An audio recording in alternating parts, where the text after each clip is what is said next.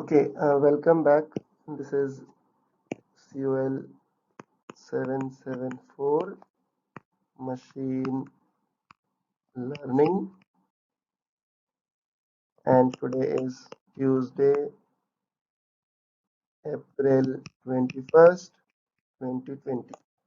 Right, and remember what we were doing in the last class was we were looking at this algorithm called expectation maximization. Right, and just to sort of remind you of the problem, uh, right, our setting was that we were given a bunch of data points I equal to 1 to m, which were being generated from some underlying distribution which was pxz theta, right? And given this data, that we were interested in finding the parameters of this distribution, right? But the caveat was that these z's were sort of missing from observations, right? Another way to put this was that, right, given sort of partial observations in the form of xi's, right, where the zi's are missing, right, we would like to compute the optimal parameters, right, where the optimality is defined by argmax over theta of the log likelihood of the data, but this xi's are essentially your data, right? So the log likelihood is defined in terms of observing these xi's only, which is p of xi parameterized by theta and log of that, right? And of course, sum over I equal to 1 to m, right? So this is our log likelihood. Let me sort of also write argmax here, right? So these were this is essentially how we defined sort of maximum likelihood parameters in this setting. And then we said that this pxz, sorry, pxi theta is not something that we know how to compute directly because the distribution is defined over x and z together. Therefore, we said that this could be solved by writing this as log of sum over all possible zi's zi theta, right?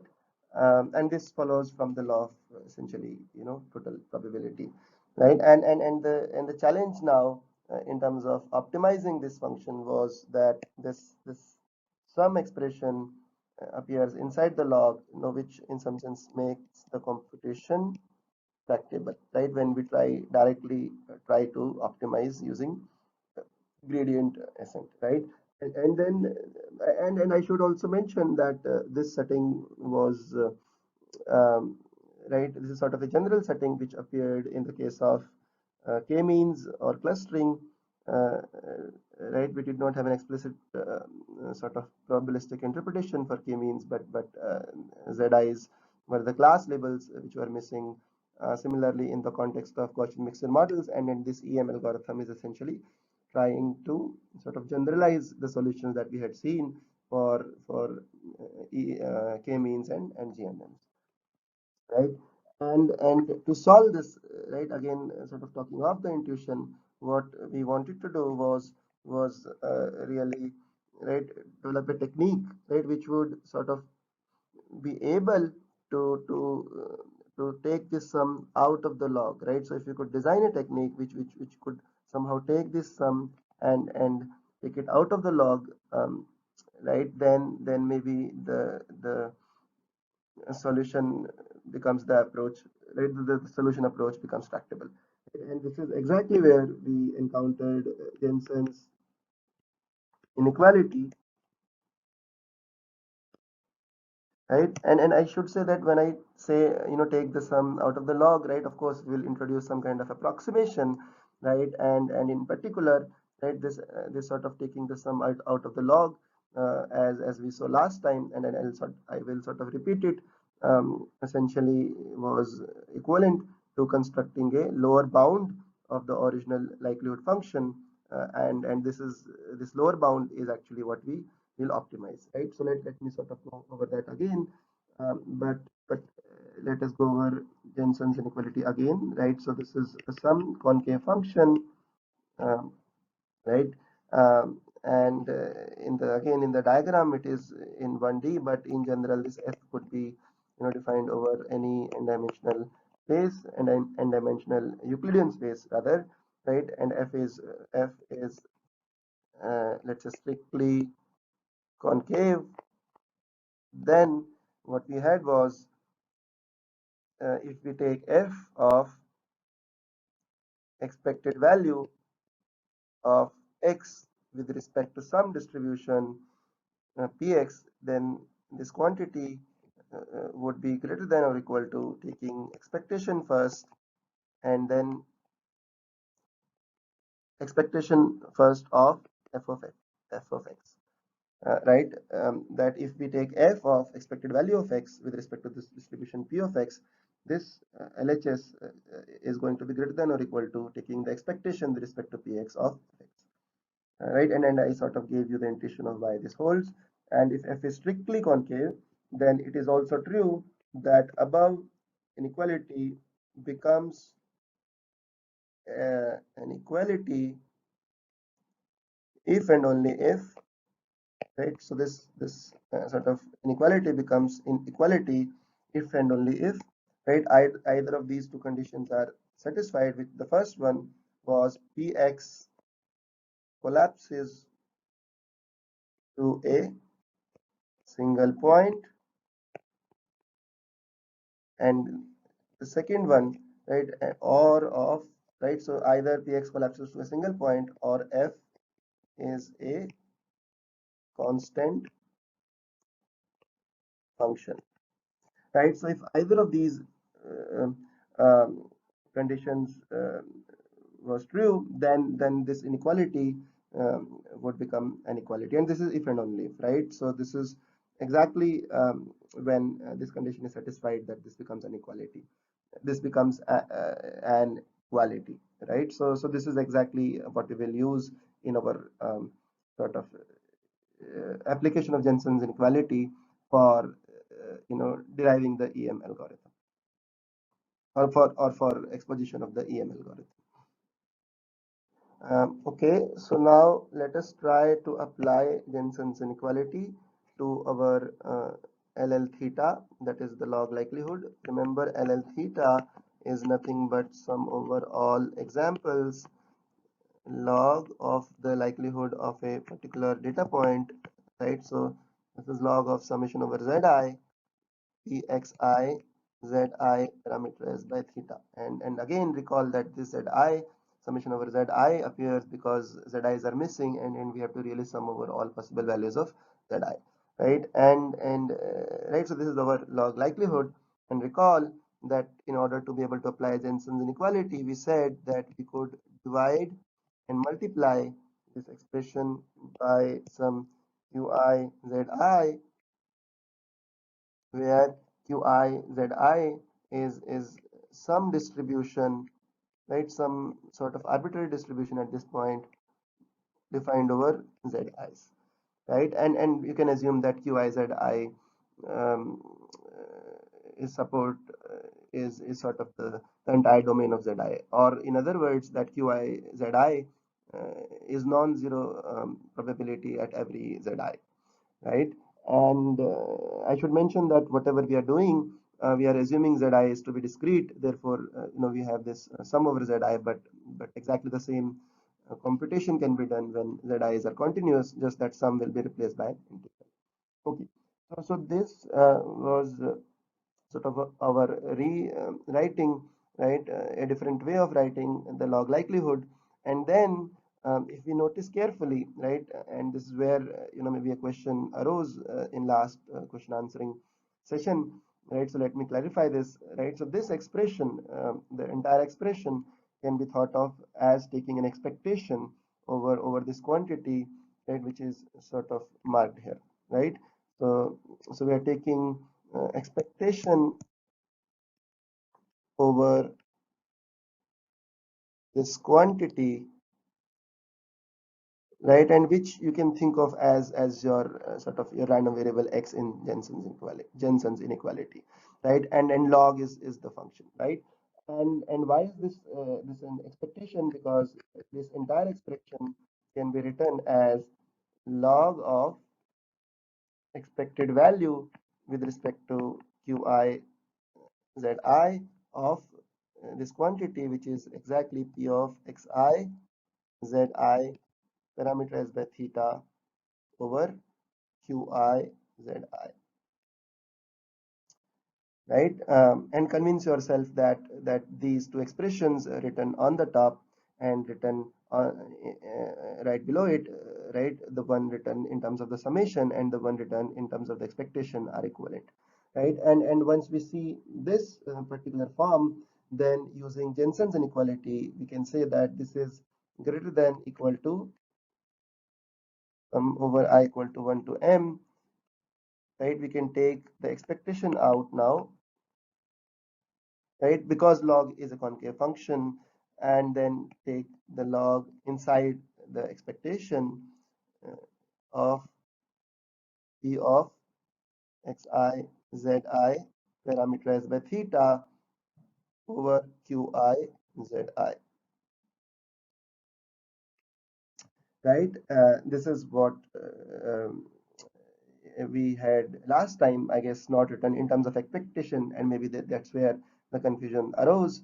And this expectation can now be equivalently written as I equal to 1 to m of, right? We can, just like we went from the first step to the second step on the top, we can go from this third step to the fourth step, sort of reversing or rewriting this expectation as a summation, right? Which will be summation over all possible values of zi qi zi,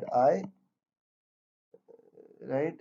And then log of p of xi zi parameterized by theta over qi zi, right? And this is essentially the expression that we'll try to optimize. And note that this is a lower bound on ll theta, and we will denote this lower bound by ll prime, uh, right? So instead of optimizing ll theta, we will optimize this ll prime theta, which is sort of a lower bound on ll theta, and and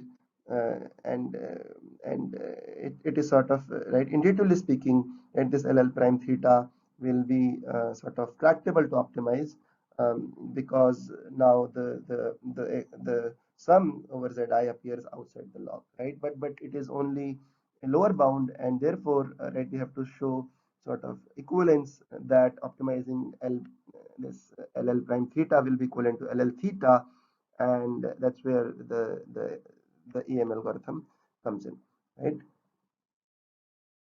Uh, so right before we proceed further, just one last bit that we did again in the previous class was writing this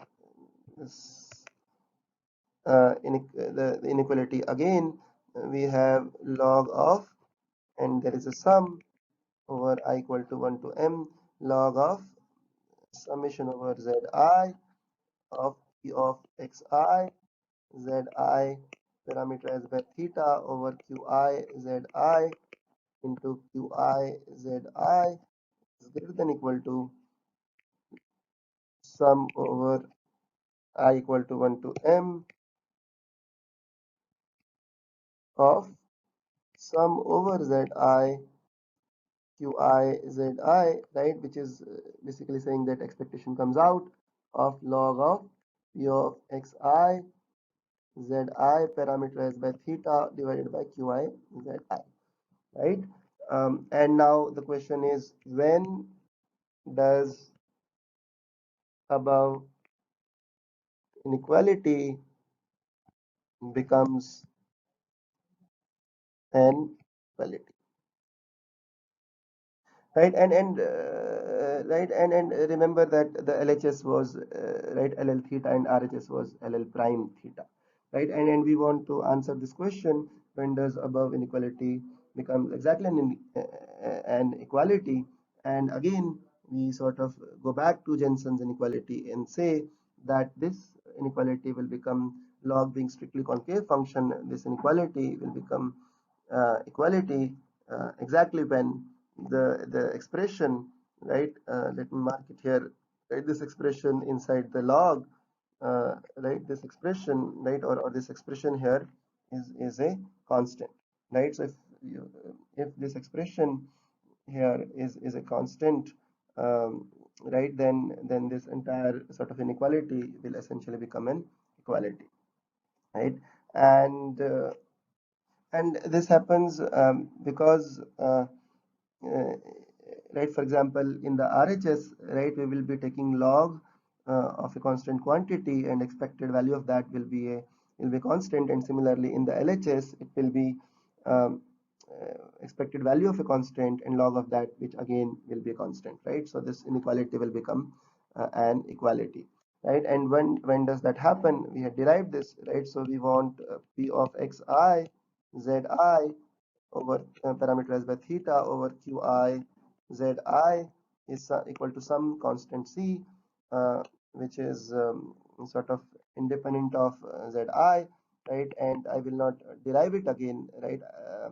We had derived it in the last class, so look at those notes, right? So this gives us that qi zi, and it's a simple derivation, right? You take qi zi to the right and sum over zi, and then you get the value of the constant c, right?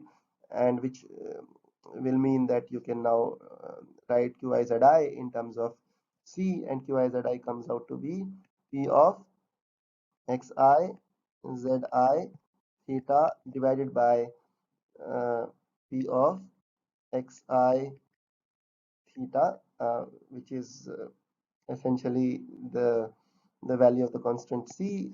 No, it comes out to be this pxi parameterized by theta, and this entire expression becomes p of zi xi parameterized by theta, right? So what we are saying is that right, that if we choose qi zi, this distribution over zi, to be exactly the conditional distribution of zi given xi using the current set of parameters, right, using the current theta, then this inequality will become an equality, right? And pictorially,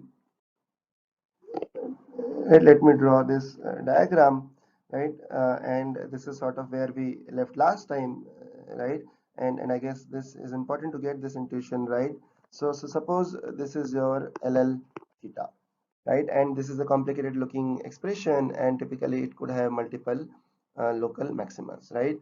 And what we are saying is that instead of trying to directly optimize this function, right, which is over uh, these thetas, uh, right, we instead will optimize this over a lower bound, right, which is essentially over, right, this is the lower bound, which is referred to as LL prime theta, right? And this lower bound is constructed at a particular theta, uh, which is equal to, let's say, theta t, right? So let's say if you are right, and then we'll describe this iterative process, but let's say you are at a certain point where theta is theta t, then we will construct this lower bound LL prime theta, right, which is constructed in a manner such that LL prime theta touches LL theta at theta t, right? And and then see that's actually very important, right? So once again, what we are saying is that, right, we construct this LL prime theta, which is lower bound to LL theta, and this can be constructed using Jensen's inequality. But the question is that, what is sort of the best, right, or sort of locally, right, the best lower bound that we can construct, and the lower bound, the best lower bound that we can construct is that LL prime theta, which touches right LL theta at current theta t, right? And if it were to touch LL theta at theta t, then above inequality, right, written on top of this page should become an equality, at theta t, which means that, right, it could be obvious now that qi zi, right, if we were to construct this ll prime theta lower bound at theta t, would be uh, exactly, the expression written above, right, which is qi zi will be equal to p of zi given xi at this theta parameter, which will be essentially your theta t, right? So this will be p of zi given xi parameterized by theta t, right? And if we choose such a QIZI, this will ensure that the Jensen's inequality written above is an equality at theta t, right? And this is an important point, right? And this is where we left in the last class. Now, what will happen is that now given this theta t, right? We have constructed the lower bound LL prime theta, right? So this LL prime is also a function of theta, such that LL theta t is equal to LL prime theta t, right? This holds that the two are equal at theta t, but in general, LL prime theta is a lower bound um, of LL theta, right? It is always less than equal to LL theta for all values of theta, but at theta equal to theta t, it touches LL theta, or it is equal to LL theta. Now, what will happen, right? This intuition is extremely important. Is that as we proceed further, maybe let me use a different color, right? And in fact, this UI ZI estimation will correspond to what we refer to as E step, right? This is sort of computing the expected value, or the probability of Zi given Xi, right? This is our E step, and and this was also mentioned in the last class, right? And given that we have estimated this p zi xi, p of zi given xi, given the current theta parameters, and this will be E step, or similar to filling in the missing values. I'll come to that later, right? Now, what do we do again in terms of this LL prime theta is, for a moment, forget about LL theta and just look at this LL prime theta, which is equal to LL theta at theta t, and then optimize this LL prime theta with respect to, right? So now we are looking at this green function, right, which is sort of a lower bound, and we'll try to find the optimum value of this LL prime theta. And let us say that that optimum value is now at theta equal to theta t plus 1, right? Uh, uh, so this is our new sort of um, new theta t plus 1, right? And what is theta t plus 1 again? Is theta t plus 1 is theta t plus 1 is nothing but argmax over theta of this lower bound LL prime, right? And what is the significance? The significance here is that when we try to optimize LL prime theta with respect to theta, we are only going to sort of increase the function value, and that is the key, right? Because LL prime theta is the lower bound, and it touched the original function at theta t. So when we find the maxima of LL prime theta with respect to theta, what is going to happen is that we are going to get this new we are going to get this new parameter theta t plus 1, where, right, maybe I can write here such that let me write here on the bottom, LL prime of theta t plus 1 necessarily will be greater than equal to LL prime theta t. And why is that? This is simply because we are optimizing with respect to theta, we are maximizing with respect to theta. So, and theta t plus 1 is sort of the maximum of this function, so this has to be greater than equal to LL prime theta t, and which in turn will mean that the value of the function LL prime theta at theta t plus 1 will also be improved. Why? Because it was equal to LL prime uh, theta t at theta t, um, but at theta t plus 1, given that LL prime theta is a lower bound at theta t plus 1, LL theta t plus 1 is greater than equal to, right? So in fact, we can write here this LL prime theta t plus 1 is greater than or less than equal to LL theta t plus 1. And why do we get the first inequality? We get the first inequality because LL prime theta is a lower bound to LL theta, right? And I will sort of repeat it again in the next slide. Okay, so let us continue with the intuition that we developed, that we were developing on the previous slide, and let's say this is over LL theta, right? And let's say that we constructed a lower bound, which is at this point, right? Which is this is probably actually a better sort of demonstration. Uh, in the sense, I guess I could draw this diagram better here. So this is at theta equal to theta t, and this is our LL prime, right? And the expression on the top, right, or this curve, blue curve, is LL theta, right? And now, right, as we have seen on the previous slide, right, we constructed this lower bound and then we optimize this with respect to theta.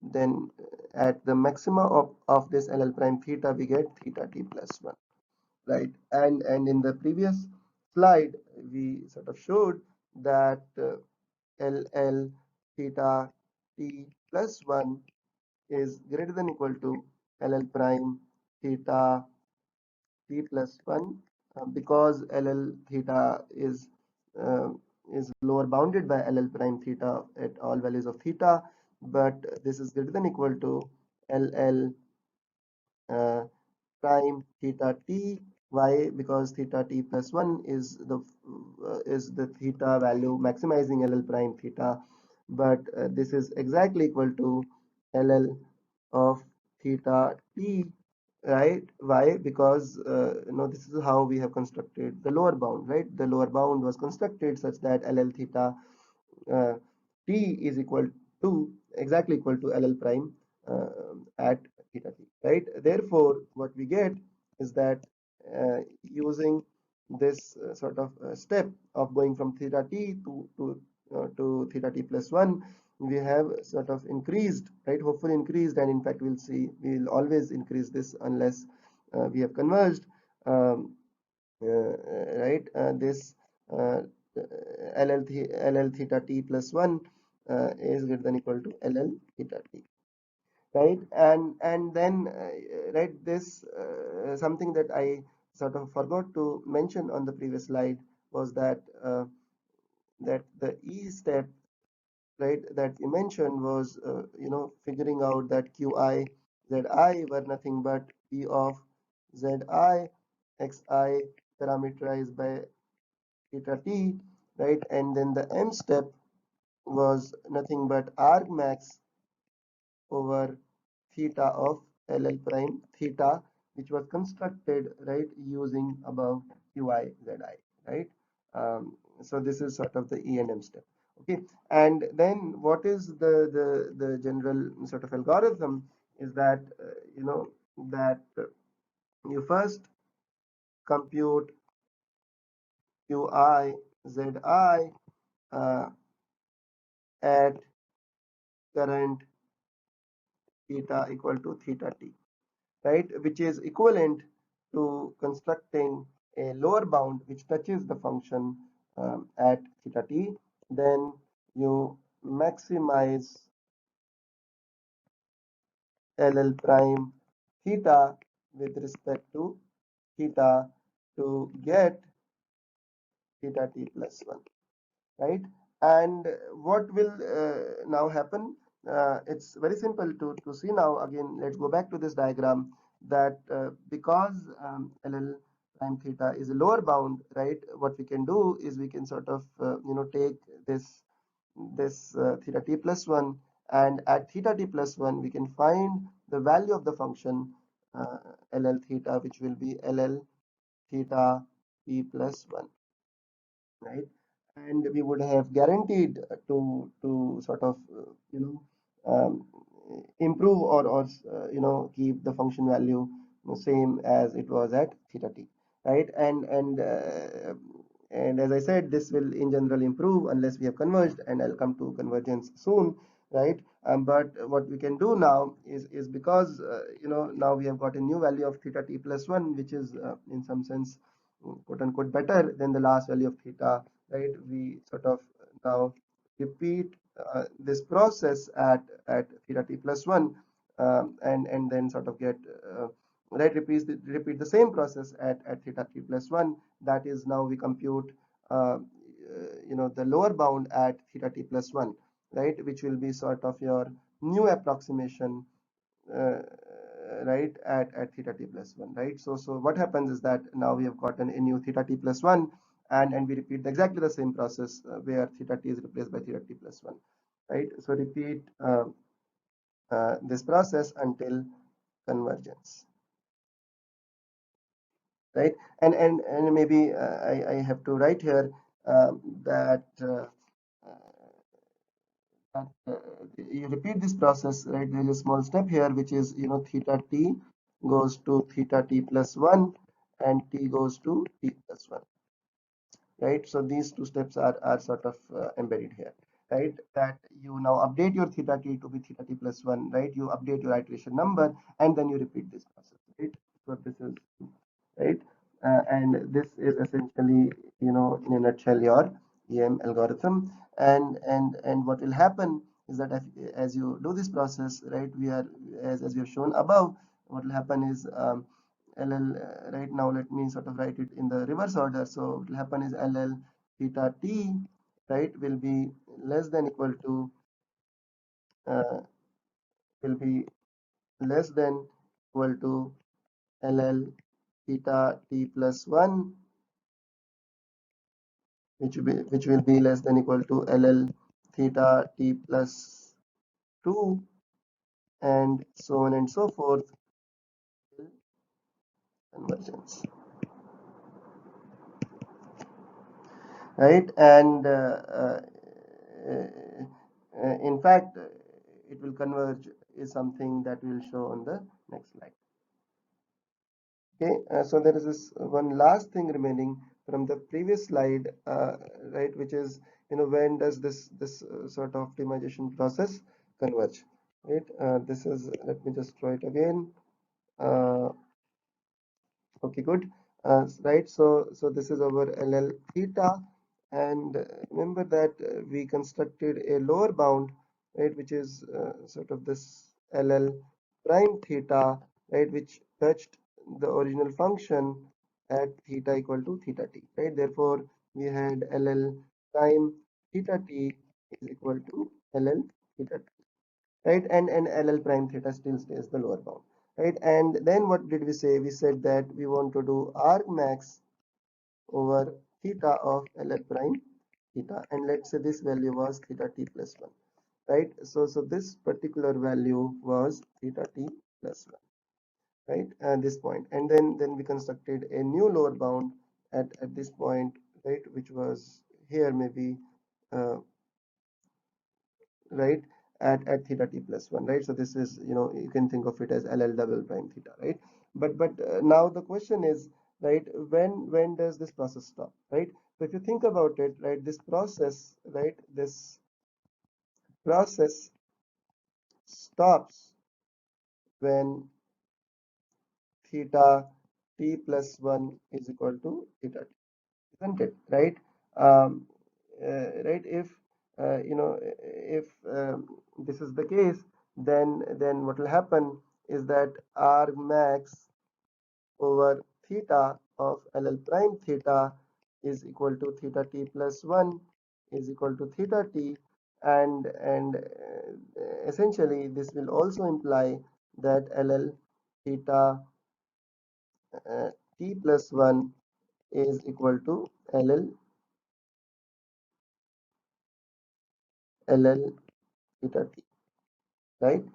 And this is not difficult to get by using set of inequalities that we wrote on the previous slide relating LL prime theta t plus 1 LL prime theta t plus 1 LL theta t and LL prime theta t, right? So just look back at the previous slide, right? This is not very difficult to prove, right? But now the question is, right, when does this really happen, that theta t plus 1 is equal to theta t, right? So this right, this expression here uh, essentially means that because we are doing argmax over theta of LL prime theta, right, where L prime theta was a lower bound, computed at theta, the value theta t, right, and if this quantity is actually equal to theta t, then then right, by simply using standard sort of calculus, right, it is not right, it turns out, right, and it is right, straightforward to say that the gradient of LL prime theta at theta t is equal to 0, right, right, and right, this is when theta t plus 1 is equal to theta t, right? So I want to just make sure that you understand that in general, right, so in general, right, we have delta theta of LL prime theta t at theta t plus 1 is equal to 0, right? But when theta t plus 1 is equal to theta t, then this also, then the gradient also vanishes at theta t, right? So this is only when theta t is actually the maximum of this function, right? So this is very important, right? And further, right, if theta t is not really the maxima, then right, if theta t is not maxima of LL prime theta, then we also know that LL prime theta t plus 1 is strictly greater than theta LL prime theta t, right? So what are we saying, right? So we are saying that in general, right, LL prime theta t plus 1 is strictly greater than LL prime theta t, and if they are equal, then the gradient has to vanish at theta t, and that's actually the maxima of this function LL prime theta, right? And we'll sort of build on this in the next slide. Okay, so let us draw that diagram again from the previous slide, just to keep building on the intuition. Right, so this was our LL theta, and at some point theta equal to theta t, right, we constructed this lower bound, right, which was LL prime theta, right, and then we, right, this is LL prime theta, right, and then we said that we could optimize this with respect to theta, this lower bound, to get this new value theta t plus 1, right, and this lower bound was constructed such that LL prime theta at t LL prime at theta t was equal to LL theta t, right, and then we went on to find out that theta which maximized this lower bound, and we said that this was equal to theta t plus 1, right, and at convergence, right, what we were interested in is essentially uh, that or rather we were right, for convergence, we are really interested in that when this theta t plus 1, right, which maximizes LL prime theta, is actually equal to theta t, right, because if this happens, then clearly, right, by the property of by simple calculus, we know that because LL prime theta is maximized at theta t plus 1, the gradient has to vanish, right? This is sort of always true, but since theta t uh, is equal to theta t plus 1, therefore gradient of LL prime theta with respect to theta t also vanishes and becomes equal to 0, right? right, and if this is the case, right, then theta t will be equal to theta t plus 1, and we would have converged, right, or right, because there is no further progress, or there is no further improvement in in thetas. But what is really interesting is that uh, because because ll prime theta is lower bound of ll theta, right, and at theta t, ll theta t is equal to ll prime theta t, right? So we have constructed a lower bound which touches the original function at theta t. Then it is right. I'll not prove this, but it is not very difficult to show that ll, if we take the gradient of ll theta uh, at theta t, then this must be equal to gradient of ll prime theta at theta t, right? This is true for all theta t, right, which uh, meaning this is true for you know any theta t which makes sure that ll theta t is equal to ll prime theta t, right? So this thing on the right left hand side is true for any sort of lower bound constructed at theta, right? But then what happens is that right, so this is sort of the left hand side, and then what happens is that when theta t is equal to theta t plus 1, right, which is when theta t is essentially the uh, right, so when right, this is what happens, right, then this also implies, right, because of this right, left hand side, uh, that right, this will imply that at this particular value of theta t where ll prime theta vanishes, right, we will also have that delta theta ll theta is also equal to 0, right, uh, right. So once again, right, what are we saying here is that that that we are interested in, when does this process stop, right? And this process stops when theta t plus 1 is equal to theta t, right? That's sort of obvious, because then we are not able to improve any further in theta. But then when that happens, the gradient of ll prime theta vanishes at theta t. But because the lower bound was constructed at theta t, the gradient of ll theta is equal to ll prime theta t. This is always true, right? Whenever the lower bound is constructed such that the lower bound touches at theta t, right? So in general, the sort of gradients, right? Rather, I should have marked this, right? So in general, the gradients, right? Because the function touches the lower bound are always equal, and therefore, if at that point the gradient of the lower bound is 0, then the gradient of the original function is also 0, right? So this is what we really are interested in, right? And let me sort of continue on the next slide.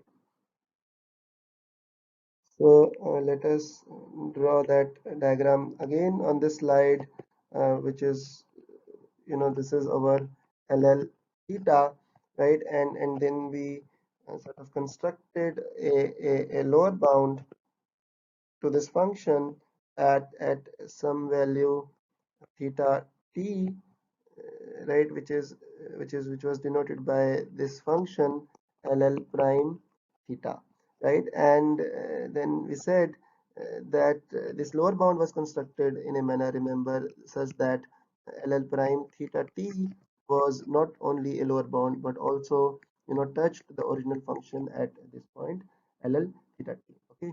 and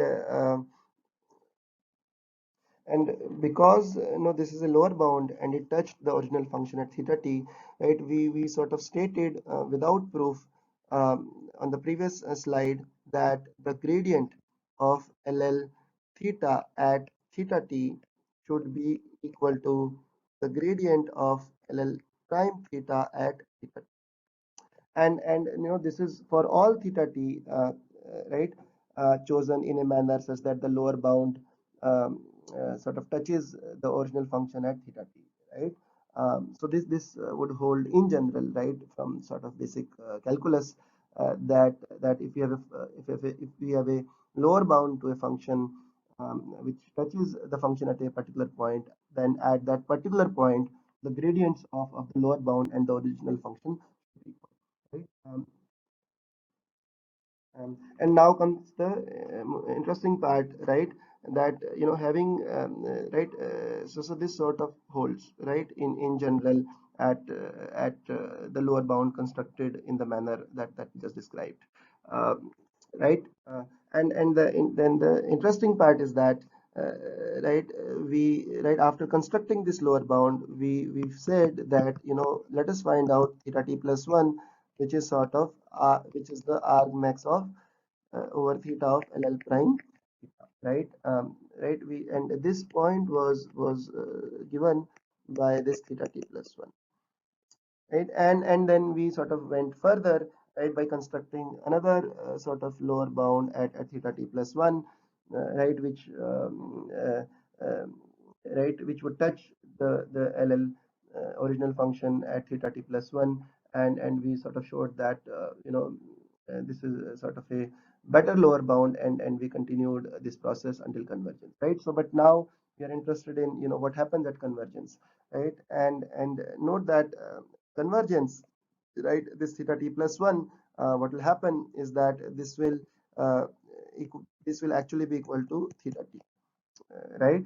And if this is equal to theta t, then by definition of maxima, right, LL, the gradient of LL prime theta at theta t plus 1, uh, which must be equal to gradient of LL prime theta at theta t, because theta t is equal to theta t plus 1, right. In the above case, this has to vanish, right?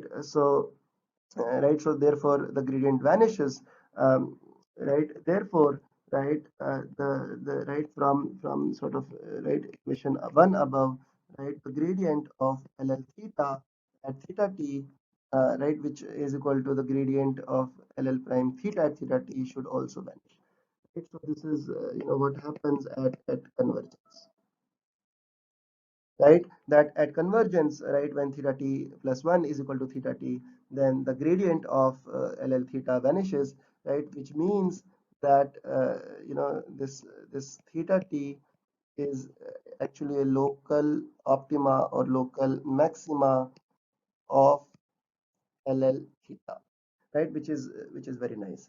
um, and and further, right, note that right, this is at convergence, but also note that when, right, theta t plus 1 is not equal to theta t, which is i.e., uh, right, theta t is not the maximizing uh, value for LL prime theta, then right, we have LL prime theta t plus 1 is strictly greater than LL prime theta t, right, because theta t is not maximizing, right, right, and since it is not maximizing, right, we find a new value theta t plus 1 which is not equal to theta t, where LL prime theta is maximized, but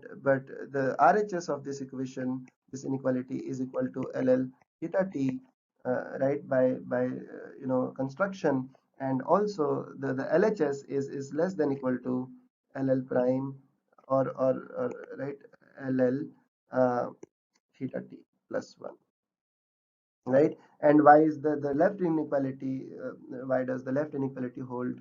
It holds because LL prime theta was a lower bound to LL theta at every value of theta, right? So the left inequality holds because LL prime theta is a lower bound at every point, and the right equality holds because the lower bound was constructed such that the LL prime was equal to LL theta at theta t, right? So this means that that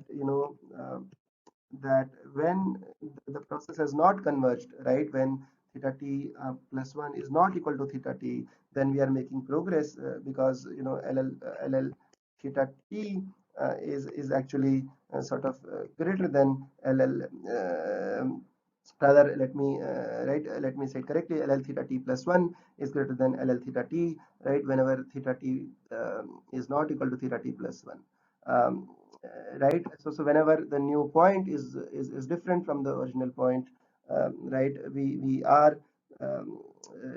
actually making progress, and when they are equal, which is sort of shown on the right hand side, then the gradient vanishes, and and therefore it is not only the local optima of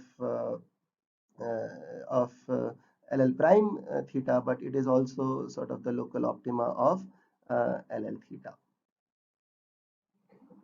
There is one maybe last remark that I want to make, and let me draw our diagram again. Right, so this is our LL theta, and I'll just use one color this time to keep things simple. Theta t, and we constructed this lower bound, which is LL prime theta, right, and then we sort of optimized this lower bound with respect to theta to get theta t plus 1, and this sort of process continued, that we constructed another lower bound at theta t plus 1, and so on and so forth, right. So in this process there were two steps which were sort of involved, which is each step, right, which is uh, constructing the lower bound, right, and which is essentially LL prime theta, right, and we will see that this step is actually tractable, right. This in our case was basically computing this probability uh, given p zi xi parameterized by theta, right. The next step was this m step, right, which involved R max, which involved computing the optimum point of this lower bound R max theta LL prime theta, which was essentially our theta t plus 1, right, and this particular maximization, right, you may wonder that how do we really maximize with respect to theta, and the whole idea is that the EM algorithm, right, is constructed in a manner that this LL prime theta would typically be tractable. So much so that in fact you can solve this expression using closed form, right? And this uh, is sort of evident from remember the expression that we had LL theta, which is p of xi zi parameterized by theta sum over zi log of this, and then sum over all examples, right. So this was over LL theta, and this was intractable because there is a sum inside the log, and remember we constructed this lower bound LL prime theta, which took this sum out of the log by the way of introducing these new variables qi zi, uh, and right, and the sum or the essentially the expectation came out, and then we said p of xi zi theta over qi zi, right, and refer back to the previous slides to right to how we derived this expression. But the point I want to make here is that this new expression, right, that we get here is typically you know sort of easy or easy to optimize or tractable to find maxima of, right, and this is exactly our m step, right, and as I said earlier, right, this typically can be done in closed form, so that this theta t plus 1 can be found efficiently, um, right, and in fact this is in many cases will be computed just in closed form, right? You don't even have to perform some kind of gradient descent, right? But we should just make sure that when this entire process converges, right? This lower bound optimization, and then computing a new lower bound, and then sort of lower bound optimization, and going back and forth, at convergence, right? What we can essentially guarantee is that delta theta LL uh, prime theta, right, its gradient at theta t vanishes, right, because things have converged, and theta t is equal to theta t plus 1, right? Right, or maybe I can write it in other way around, which is right, which is the same thing essentially. Theta t is theta t plus 1 is equal to theta t, right, which means that the new sort of theta value which maximizes this function is actually equal to theta t.